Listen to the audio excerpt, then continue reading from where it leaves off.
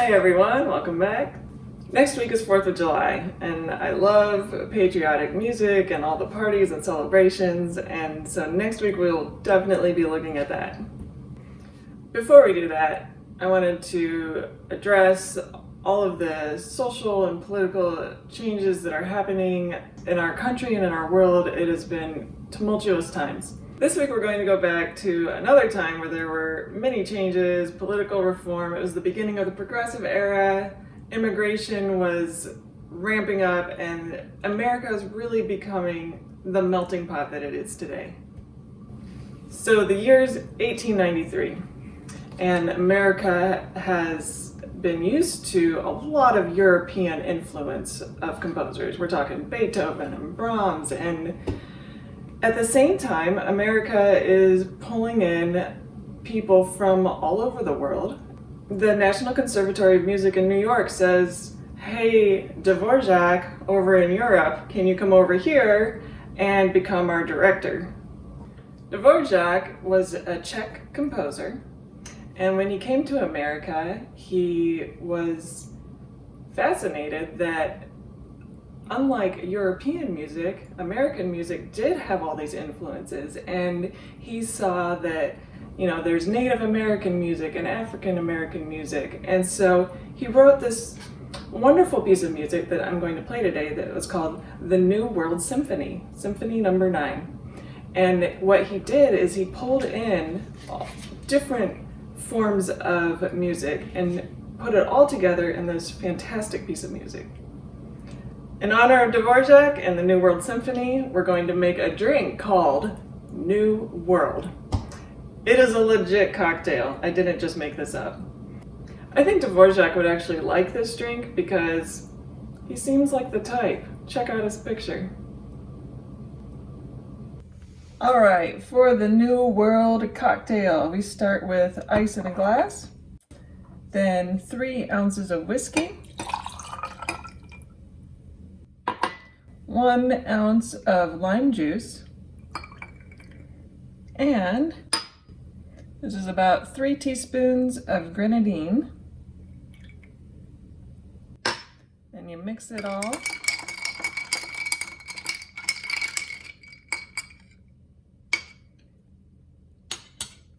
Garnish with a cherry and a lime swirl.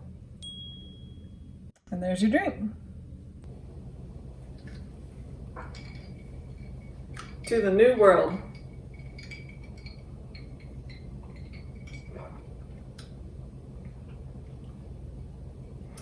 This is a strong drink, a little bitter, but it's kind of similar to what Dvorak brought to the New World. Not everyone was thrilled with his music. It was a little bit different than what they were used to. I was looking up some of the articles that were written about Dvorak at the time, and NPR had an article, and I'm quoting what someone wrote about Dvorak, and they said, "This was Dvorak telling white Americans that the future of their music resided in the people they had subjugated and killed." That sounds very harsh, but what I like to think about is that really his music was bringing together everybody. This is what America is.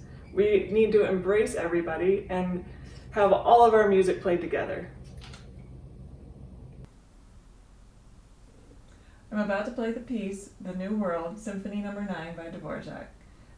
The piece begins with some really interesting chords that are almost sounding like, where are we and what are we entering into? And then it goes into this really quaint melody, and then it goes back to those bizarre chords, but it's new music. It was new music for the time, and it's just kind of neat. Keep in mind, this was written for a symphony, so the piece, as I'm playing it, is just on the piano, but it was originally, of course, for a full symphony with all kinds of musical instruments. But hope you like it.